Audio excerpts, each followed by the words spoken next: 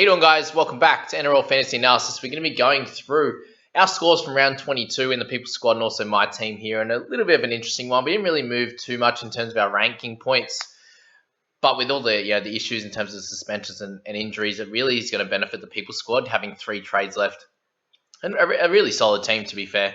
Scoring 944 in last week. And 905 in my team. I suppose it was okay. We held pretty strong, just under that 600 overall rank at 596. You can see there the round 23 rank was only okay at 12,342. But let's go through the squad. We actually had 19 really solid players this week, which is going to help us, for the following week. But brought in Damien Cook this week to pick up 63, and we couldn't have asked for anything more with him there. Our other trade-in was Kalyn Ponga with 48, and that was okay without having any attacking stats at all. And we'll see over the next bunch of weeks if he can. He's got a couple of lesser teams, like he did on the weekend with the Sharks, but the Knights didn't play as well. So if they can really improve, I can see him improving a fair bit as well. So Papali'i with 46, just played okay in the middle, just in getting attacking stats. Payne Haas with 69 has been awesome. Back to the scores that he was getting last year when he was clear captaincy choice every week. Cam Murray with 41, just a bit of a lighter week with them absolutely dominating across the weekend, so that was a little bit annoying, but we did get his really good scores, a really good score last week, and we're going from there with him. Schuster with 34, a little bit of annoying, but can't do too much about that one. Again, they dominated, and he wasn't involved in any of the attacking stats. For feeder, most people have him. If we're looking at it in terms of percentage, 35%, the majority of that would be in that top sort of 1,000 there. So it just really depended. If you captained him, you copped the 26, which would have been crap. Jerome Hughes and Gamble, we lose both of them, which is really frustrating. Thankfully, we do have a half cover, definitely, with Moses, Cherry, Dewey as well. So Gamble being suspended for a couple of weeks. Hughes is out. It looks like, we're not sure how long. So we're really have to wait until team list for one.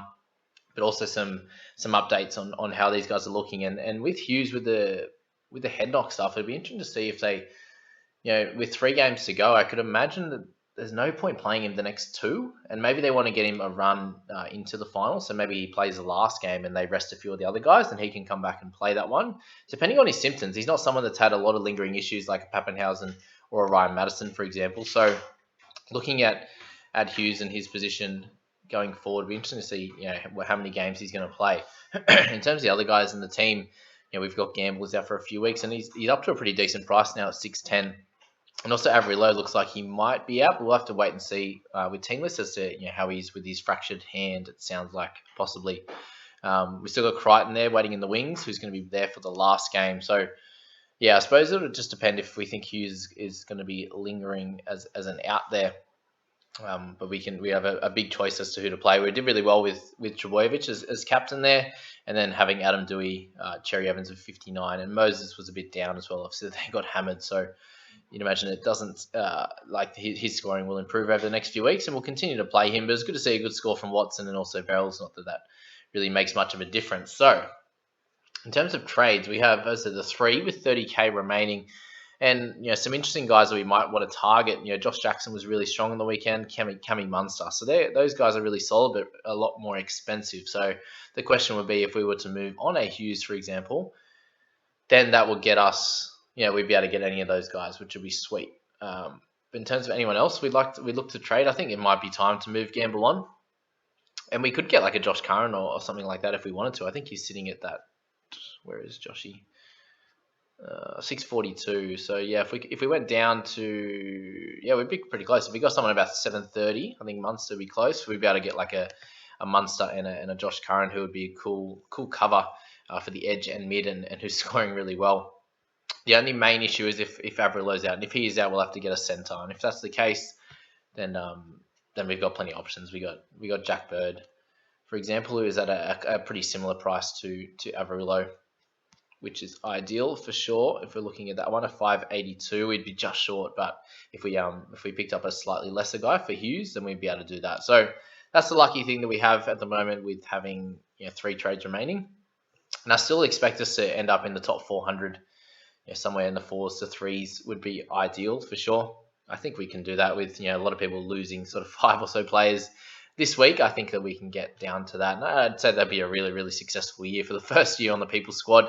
Obviously, with all the knowledge that you guys have been building up in that Discord group, hopefully through all these videos and all the other podcasts that are out there as well, I think that we'll be able to get better and better, across the year. But also that means that hopefully there's a few thousand, 5, 10,000, 20,000 people that are getting smarter at the game, and it becomes a tougher game to get in the top 1,000. I think that'll be a really cool thing to see as well. So team's looking strong. We'll have to work out based on team lists as to what we do.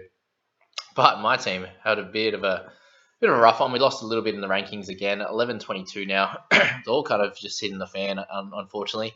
Did bring in a good player in Josh Jackson. Picked up 81. Basically all in base. He was awesome. Couple of turnover tackles. And Joey Lussig only played the 50-odd minutes, which was a bit annoying. But again, taking the good with the bad, you've got 114 between those two. So a 57 average across the two players. So, and what's that? 1.1 million, 1.13 million there. In that trade, in those two trades. So to get a 57 average across the two, we'll take that this week.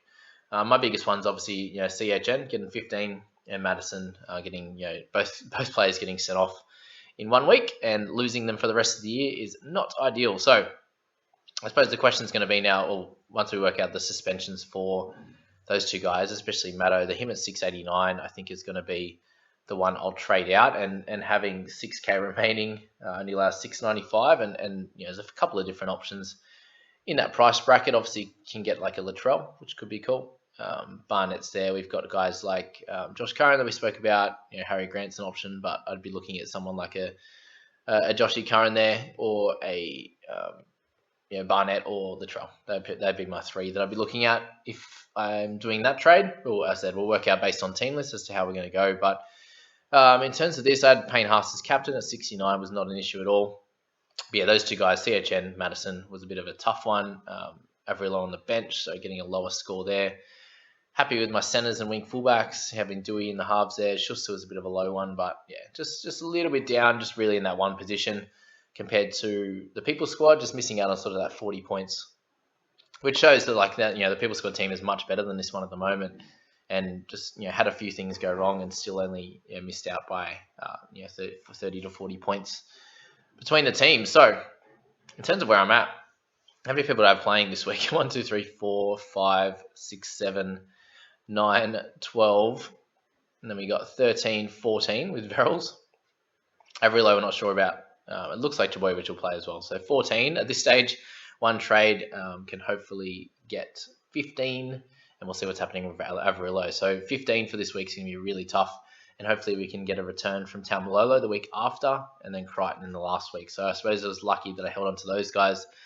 And I suppose the other question is what's going to happen with Fogs. And hopefully after they got beat pretty bad on the weekend, that Fogs gets a chance, whether that's for Ash Taylor or even off the bench, just something.